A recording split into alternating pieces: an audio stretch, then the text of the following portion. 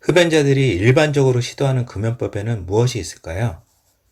전자담배, 니코틴 대체제, 금연 약물 등이 있습니다. 이러한 금연법이 효과는 어떨까요? 일시적인 금연 효과는 있을지 몰라도 장기적인 금연 효과는 사기라고 할 정도로 결과는 참담합니다.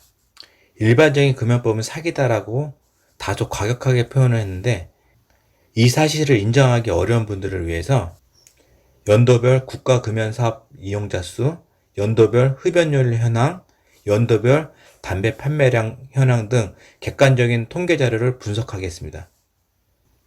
흡연자들이 가장 일반적으로 시도하는 금연 방법인 전자담배, 니코틴 대체제, 금연 약물을 사용하고도 왜 대부분 실패할 수밖에 없는지 그 이유에 대해서 알아보겠습니다. 일반적인 금연 방법으로 첫 번째는 의사의 처방이 필요한 전문 의약품인 부프르피온과 바레니크린에 의한 금연 약물요법이 있습니다. 부프르피온은 우울증 치료와 금연 치료에 보조적으로 사용되는 약물로 뇌에서 도파민을 증가시켜 우울증을 개선하고 금단 현상과 흡연 욕구를 감소시킵니다. 바레니클린은 국가 금연치료 사업이 약 90% 정도 사용되는 금연 약물로 챔픽스라는 상품명으로 판매되고 있습니다. 니코틴이 니코틴 수용체에 결합하는 것을 방해하여 니코틴에 의한 도파민 방출이 억제되므로 금연 치료 중에 담배를 피워도 만족감을 얻지 못하게 됩니다. 두 번째는 보건소 금연 클리닉에서 주로 사용되는 일반 의약품인 니코틴 대체요법입니다. 니코틴 대체요법은 니코틴을 패치, 껌, 사탕 등의 형태로 피부, 구강 등이 외부에서 공급해주는 금연 보조요법입니다.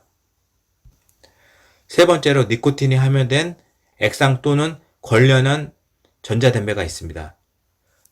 전자담배가 일반 담배에 비해 덜 해롭다는 인식이 확산되고 냄새가 나지 않는 장점 등으로 많은 사람들이 전자담배를 금연의 수단으로 삼고 있습니다.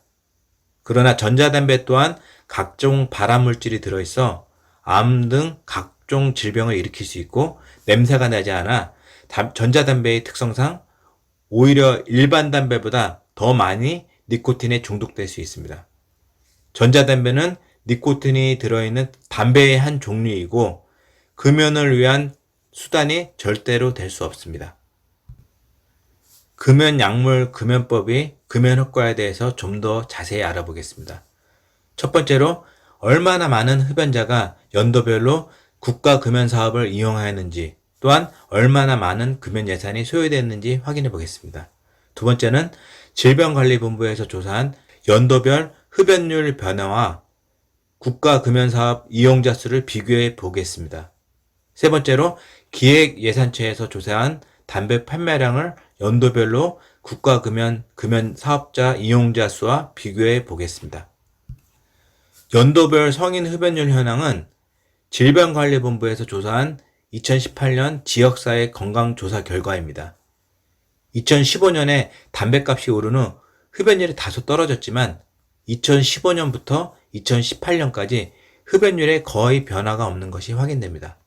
2015년부터 2018년까지 금연 예산이 2014년에 228억 원에서 2015년에 약 2,500억 원으로 급속히 증가되었고 매년 약 2,500억 수준을 유지하며 2015년에서 2018년까지 약 1조 원의 막대한 금연 예산을 사용하였습니다. 이러한 막대한 금연 예산을 사용하고 국가 금연 사업 이용자 또한 4년간 약 450만 명으로 급속히 증가되었음에도 불구하고 문제는 흡연율의 변화가 거의 없다는 것입니다. 즉 국가 금연 사업의 금연 효과가 없다는 것입니다. 암, 뇌졸중, 심근경색과 같은 중증 환자 중 절반이 흡연을 지속합니다. 이러한 무서운 담배의 중독성 때문에 매년 약 6만 명이 소중한 생명을 잃습니다. 2018년에서 2015년 성인 흡연자 감소수는 약 25만 명 정도 됩니다. 4년간 흡연으로 인한 사망자가 약 24만 명 정도 되므로 4년간 실제적인 흡연자 감소는 없다고 해도 무방합니다.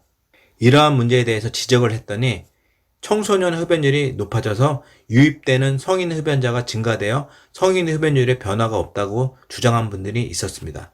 이러한 주장의 객관적 확인을 위해 연도별 청소년 흡연율에 대해서 살펴보겠습니다.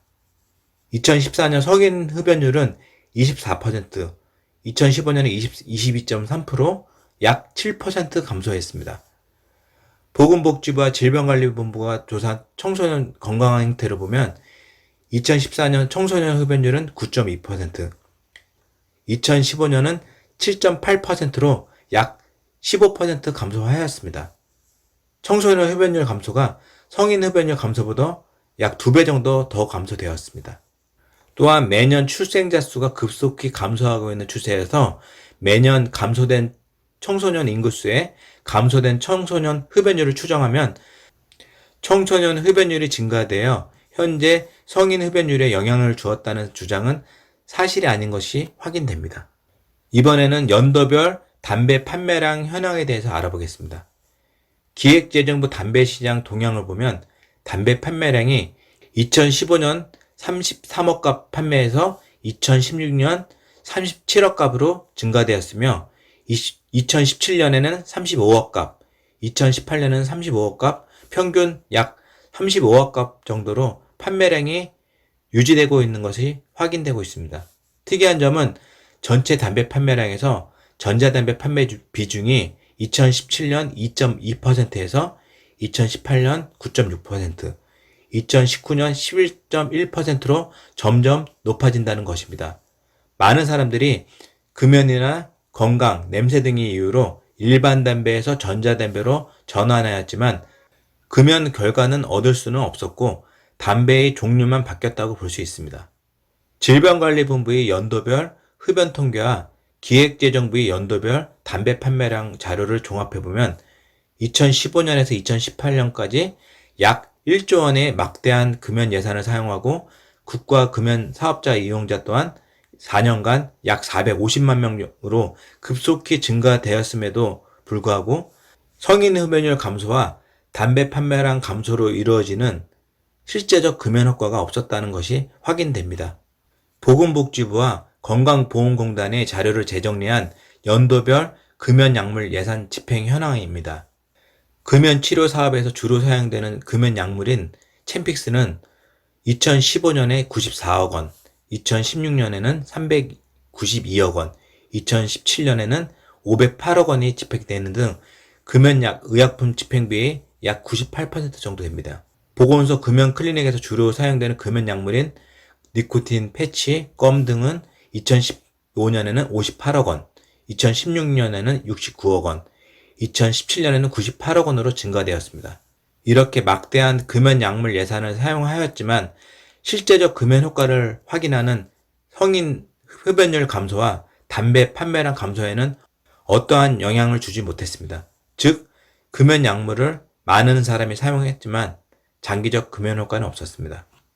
2019년 5월 14일 감사원의 국가금연지원사업 추진실태 감사 결과에 따르면 보건소와 의료기관 등을 통한 국가금연지원사업이 무분별한 중복 참여, 방만한 예산 사용 등 총체적 난국이라는 지적이 나왔습니다. 감사원은 이번 감사를 통해 금연지원 사업 간 연계 미흡, 보건소 금연클리닉 사업 추진 부정적, 금연치료 건강보험 지원사업 추진 부정적 등을 지적했습니다. 국회 예산처가 최근 발간한 2017년 결산 분석 자료에 따르면 정부가 국민건강보험공단을 통한 금연치료 지원 사업 관련해서 약 1,000억 원 가까운 예산을 책정해 투입하면서도 실제 금연 효과는 제대로 확인하지 않고 있다는 것이 나타났습니다. 금연치료 사업의 양적 확대에도 불구하고 실제 참가자의 금연 여부를 객관적으로 확인할 수 없는 것이었습니다. 질병관리본부의 연도별 흡연율 통계와 기획재정부의 연도별 담배 판매량 자료를 종합해보면 막대한 금연 예산을 사용하고 국가 금연사업 이용자 또한 4년간 약 450만 명으로 급속히 증가되었음에도 불구하고 성인 흡연율 감소와 담배 판매량 감소로 이루어지는 실제적 금연 효과는 없었다는 것이 확인하였습니다. 즉, 현재 주를 이루는 금연법인 니코틴 대체요법과 금연약물요법이 장기적인 금연 유지 효과가 전혀 없다는 것을 의미합니다. 따라서 어떠한 부작용도 없고 비용도 적게 들면서 흡연의 본질에 대한 문제를 해결하여 장기적 금연 효과도 높은 마인드 리셋과 같은 금연 프로그램이 절실히 필요합니다.